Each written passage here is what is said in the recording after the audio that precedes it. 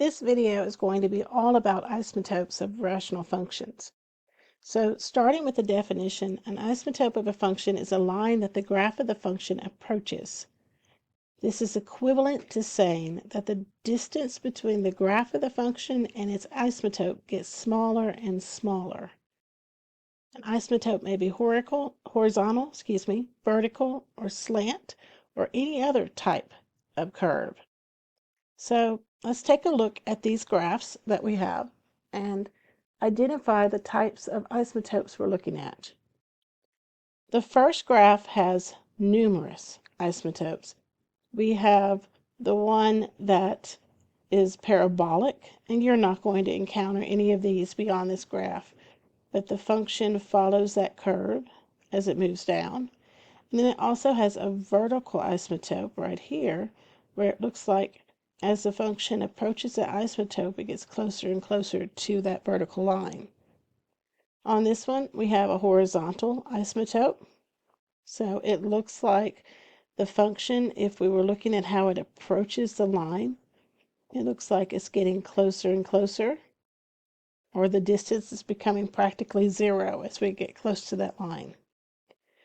On this graph, we have a vertical asymptote, where we have one as we go up, it's getting closer and closer to that line, and from the other side, it's getting closer and closer to that line. And then we also have a slant asymptote, which we're not going to deal with slant asymptotes either in this particular class. This is more common. What we will see, we have a vertical asymptote, where as we come in from the left, the function is getting closer and closer to that vertical line. And then also, as it hops over the line, it jumps down to negative infinity, the function does, and it comes up from negative infinity very close to that line.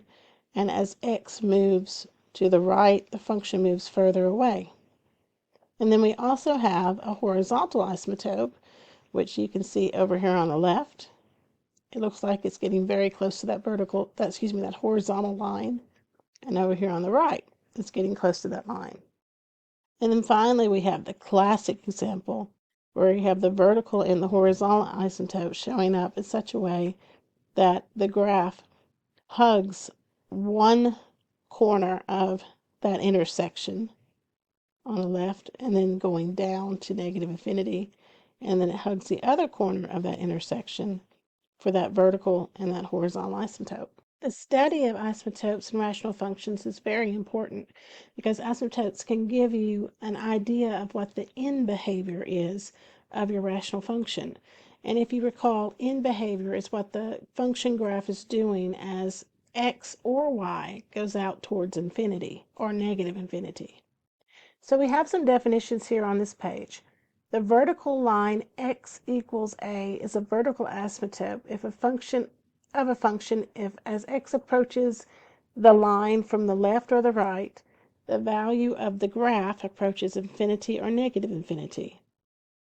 The horizontal line y equals b is a horizontal asymptote of a function if as x approaches infinity or negative infinity, the function graph approaches b, that y equals b.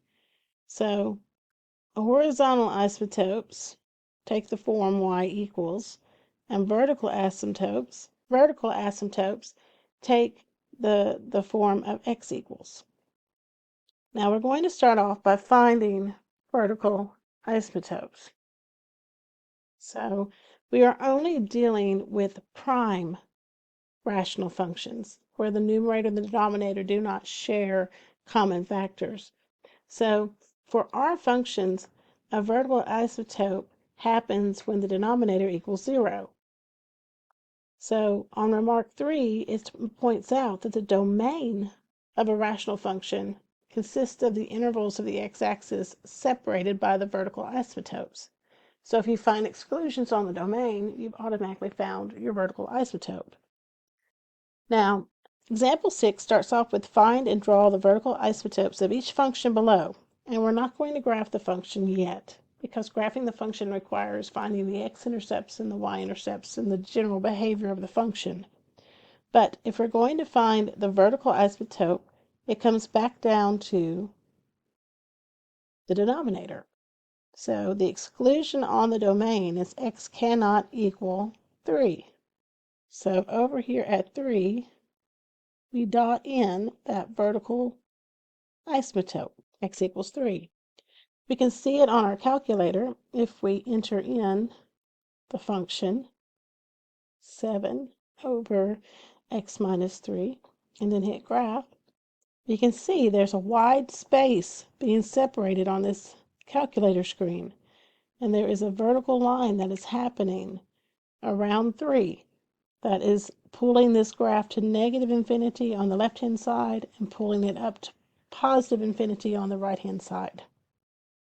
Part B gives us a quadratic function over another quadratic function, and if you remember, we found that the exclusions on this domain cannot equal, I'm factoring it to get it there, x cannot equal positive 3 and negative 2.